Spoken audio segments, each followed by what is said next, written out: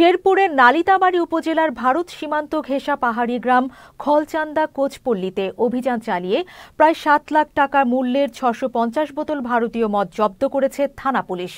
একই সাথে ভারত থেকে মদ পাচারে জড়িত ওয়াসিম নামে এক মাদক ব্যবসায়ীকে গ্রেপ্তার করা হয়েছে। গ্রেপ্তারকৃত ওয়াসিম একই উপজেলার পোড়াগাঁও ইউনিয়নের আন্দারুপাড়া গ্রামের ইদ্রিস আলীর ছেলে। এই ঘটনায় মাদকদ্রব্য নিয়ন্ত্রণ আইনে নালিতাবাড়ী থানায় মামলা দায়ের করা হয়েছে। খলচান্দা আলুর বড়ি স্কুলের সামনে মাঠে ওইদিকে অবস্থান নেয়। পরবর্তীতে ভোর অনুমান 4:30টার দিকে একদল চোরাকারবারি এই ভারতীয় মদের বস্তা ওই কার্টুনে ভর্তি করে নিয়ে আসতেছিল। দেখার পর তারা সন্দেহ হয়ে জিজ্ঞাসাবাদ করার জন্য ডাক দিলে তারা আপনার মদের বোতল ফেলে এলোমেলো দৌড়াদৌড়ি শুরু করে। এর মধ্যে আমরা একজনকে আটক করতে সক্ষম হই।